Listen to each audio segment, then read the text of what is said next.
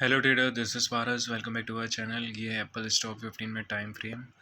आप देख सकते हैं इसमें अपसाइड मोमेंटम के लिए 210 के लेवल पर आप इसमें ट्रेड ले सकते हैं। स्टॉप लॉस लेवल रहेगा इसमें आपका 209.38 का। टारगेट लेवल रहेंगे 211.54। नेक्स्ट टारगेट रहेगा 212.93 का। लेवल नोट कर सकते हैं आप।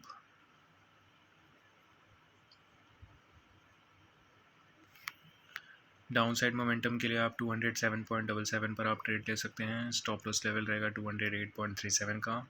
टारगेट लेवल रहेंगे 206.44। नेक्स्ट टारगेट रहेगा इसमें आपका 205.47। नेक्स्ट टारगेट रहेगा 204.51। लेवल नोट डाउन कर सकते हैं आप।